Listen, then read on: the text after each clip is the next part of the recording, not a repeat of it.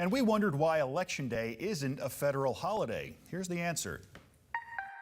For many Americans, voting is a privilege that is also an inconvenience. Nearly 3 million registered voters admitted to the U.S. Census Bureau that they did not vote in the last presidential election because of their busy schedules. To many, like Morning Rush insider Ricardo Jacobs, there is a solution. I believe Election Day should be a holiday so we can get our maximum participation. Past efforts to make Election Day a holiday have failed. Conceivably, a state might make it a state holiday, but it's never been a federal holiday. Let's look at why.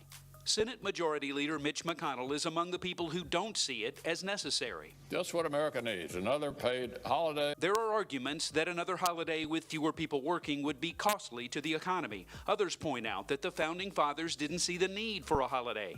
Emory political science professor Andra Gillespie says tradition is part of the American political process. There are some people who resist making changes to the election system in terms of making it easier to vote. Tradition is tradition, and sort of like once you start a habit, it's actually a really hard habit to break. Several states have turned Election Day into a state holiday. Others, like Georgia, have early voting and absentee voting to help with busy schedules. Congress now has the latest proposal to create a federal holiday. It passed the House last year, but there's been no action on it since then.